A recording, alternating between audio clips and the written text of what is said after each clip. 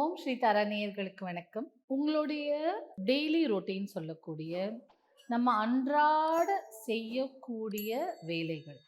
அன்றாடம் என்ன வேலை செய்வோம்? தூங்குவோம், சாப்பிடுவோம், இல்ல வீட்டு வேலைகள் செய்யும். இப்போ தூங்குறதுங்கிறது கம்பல்சரி இல்லையா? ஸோ அதே மாதிரி சாப்பிட்றதுங்கிறதும் கம்பல்சரி. இந்த மாதிரி டெய்லி ரொட்டீன் ஒர்க் வேலைகள் தடைப்படுது அப்படின்னா தூக்கமின்மை. நான் வேலை நல்லா செய்றேங்க, நாள் முழுக்க உழைக்கிறேன். ஆனா நைட்ல படுத்தா எனக்கு தூக்கம் வர மாட்டேங்குது. அப்படி சொல்றவங்களும், பசியே இல்லங்க எனக்கு கொஞ்சம் சாப்பிட்டாலே வந்து எதுக்குடாப்பா சாப்பிடுறோம்னு இருக்கு. சாப்பாடு இறங்க மாட்டேங்குது. ரீசன் எது வேணாலும் இருக்கலாம். பட் இதெல்லாம் ஒரு காரணமா இருக்கு. அதாவது அன்றாட வாழ்க்கை, ஒரு தினசரி செய்யும் சராசரி ஒரு வேலைகள் வந்து செய்ய முடியாம போறது. அந்த மாதிரியான விஷயங்கள். ஒன்றும் இல்லைங்க, நான் டெய்லி பண்ணுற வேலையை என்னால் பண்ண முடியல அப்படின்னு சொல்கிறதும். வீடுன்னு எடுத்துக்கிட்டிங்கன்னா வீட்டில் வந்து ஒரு ஆணாக இருந்தாலும் பெண்ணாக இருந்தாலும் அந்த வீட்டு யார் சமைக்கிறாங்களோ அவங்க பார்த்துப்பாங்க. இப்போ வந்து வீட்டு வேலைகளை பகிர்ந்து கொள்வார்கள். நான் பெருக்கிறேன் நீ சமை, இல்லை நான் துணியெல்லாம் வாஷிங் மிஷினில் போடுறேன், நான் காய வைக்கிறேன், நீ இது பண்ணு அது பண்ணுன்னு பகிர்ந்துப்பாங்க.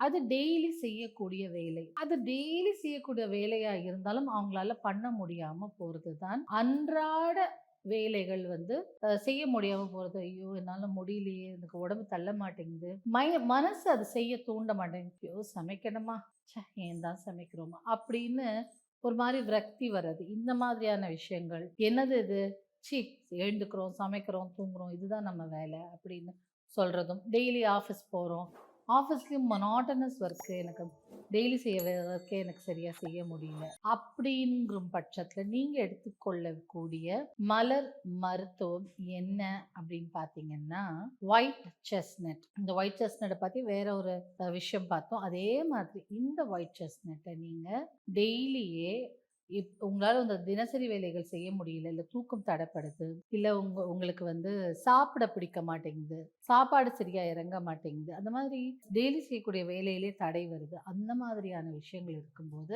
நீங்க ஒயிட் செஸ்னட்டு தண்ணியில போட்டு வச்சுக்கோங்க 2-3 டிராப். எப்பெல்லாம் ஒரு தளர்ச்சி வருதோ, மனதுல தளர்ச்சி வருதோ அதை குடிச்சிட்டே இருங்க.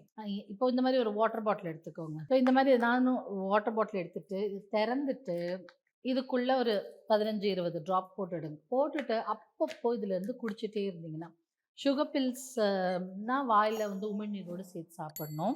வாட்டர் பாட்டில் அப்படின்னு இருக்கும்போது அந்த லிக்விடா கிடைக்கும். அந்த லிக்விடை எடுத்து 2-3 10 to 15 டிராப் அதுக்குள்ள போட்டுடுங்க.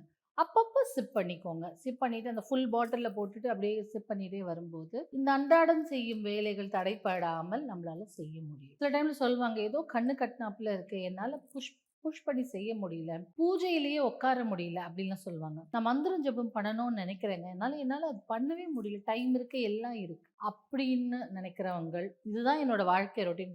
முன்னாடிலாம் நான் காலைல எழுந்துப்பேன், ஜிம் போவேன், வருவேன், மெடிடேஷன் பண்ணுவேன் அப்படி சொல்றாங்கல்ல, அந்த புரோட்டீன் தடைப்பட்டாலும் நீங்க இதை எடுத்துக்கலாம். எடுத்து ட்ரை பண்ணி பாருங்க. ஒரு வாரம் ட்ரை பண்ணி பாருங்க. அதுக்கப்புறம் அதோட டோசேஜ் குறைச்சிட்டே வரலாம். இது வந்து எங்கே கிடைக்கும் அப்படின்னா ஒயிட் செஸ்னட் உங்களுடைய ஹோமியோபதி கடையில் கிடைக்கும். அந்த கடையில் வந்து சுகர் பில்ஸ் மாதிரி வேணும், அப்பப்போ எடுத்து கொட்டிக்கணும் அப்படின்னாலும் பண்ணலாம். இல்லை இது வாட்டர் பாட்டிலில் போட்டு வச்சுட்டு அப்பப்போ குடிச்சிக்கிறேங்க அப்படின்னு சொன்னாலும் பண்ணலாம். இது யார் வேணாலும் பண்ணலாம். ஆஃபீஸில் வேலை செய்கிறவங்களுக்கு ஒரு மாதிரி மந்தம் தட்டி போகுது, ஒன்று என்னால் செய்ய முடியலங்கிறவங்களும் இது பண்ணிக்கலாம். ட்ரை பண்ணி பாருங்கள், உங்களுக்கு டெஃபினட்டாக ஒரு மாறுதல் தெரியும்.